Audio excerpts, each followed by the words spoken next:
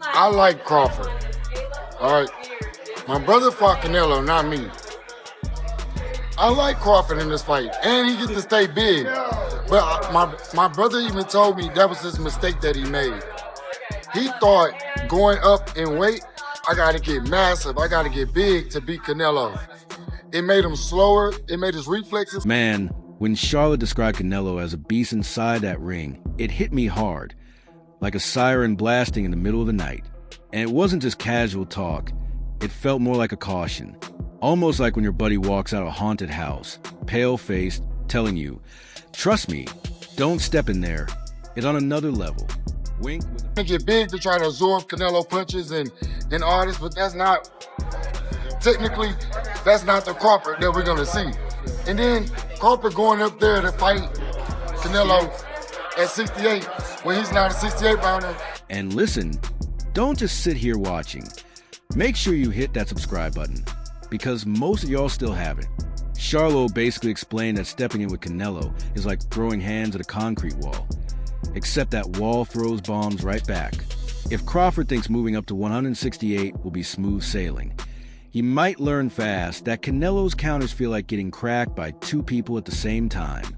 Wink with a... Money is good, but I don't expect Terence Crawford to be the Terence Crawford that was knocking out Gamboa, doing all. I don't expect that type of Terence Crawford. Then Charlo dropped a cold line, basically saying Crawford might have skills, but those tricks don't mean much if you're lying flat on the canvas staring at the ceiling lights. That's just brutal honesty. And let's be real, Charlo already went through that storm with Canelo. It was like showing up to a battlefield holding a butter knife while the other guy's packing heavy artillery. He entered the ring with lion energy, but a few rounds in, he looked like someone who just found out rent jumped 30% overnight. Wink with a...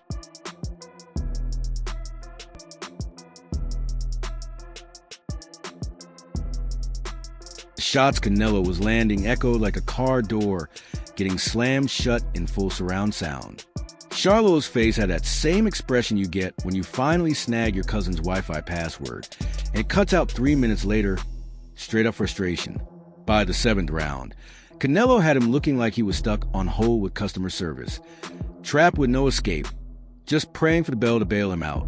Wink. To be honest with you, I don't think Terence Crawford should be jumping up that far and wait to fight him, but opportunity presents itself. Yeah, exactly. I didn't understand why, but I mean, I wasn't a fan of it. That's why when he speaks on Bud, it carries extra weight. He's not just talking, he's speaking from fresh battle scars. After hearing Charlo basically compare Canelo to a brick wall with full signal strength, Madrimov came in with that cool, silent killer vibe. No hype, no fluff, just straight numbers and predictions. His take was simple. If it goes to full 12, that favors Crawford. But if someone's touching the canvas early, chances are it's Canelo putting them there. Wink. If 168 pounds, I think it's Canelo. But Canelo better technique because 50-50. If 12 rounds, Crawford win, I think. If knockout, it's Canelo. Don't let nobody eat for free. That's the type of straight-up breakdown you'd hear from your uncle at the barbershop. Quick, sharp, and enough to make you second-guess your betting slip. What I liked about Madrimov is he didn't sugarcoat a thing. He gave Crawford credit for his slickness, ring IQ, and experience. But then he reminded everyone that 168 is Canelo's dining table, and nobody eats there unless he says so. That's raw honesty. In short, he admitted Crawford can outbox, but Canelo has a kind of power that can delete all of that in a single moment. Wink with... Jermell Madrimov has recently stated that Terence Crawford bulking up for Canelo Alvarez is a big mistake, and suggested that Crawford has a better chance of winning if the Omaha native focuses on just being, well, Terence Crawford. And honestly, when a fighter speaks at direct, you've got to pay attention, because Madrimov's the type who looks like he'd spar a refrigerator just to keep sharp. He probably makes his predictions mid-jog, rocking flip-flops. No problem. And when that fight actually went down, it felt less like a boxing match and more like a street exam. No multiple choice, just long essays. From the opening bell, Madrimov was locked on forward gear, digging to the body and forcing Crawford into spots he wasn't comfortable in. Wink with...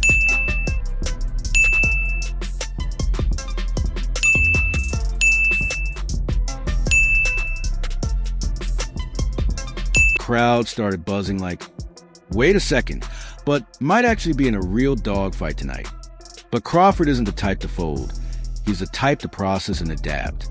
By the fourth round, he had the jab snapping, sliding just out of range to make Madrimov's big shots whiff, then answering with crisp counters. Madrimov kept swinging heavy, like he wanted to crack the ring in half, but Bud gradually slowed him down, disrupted the rhythm, and forced the fight into his own tempo.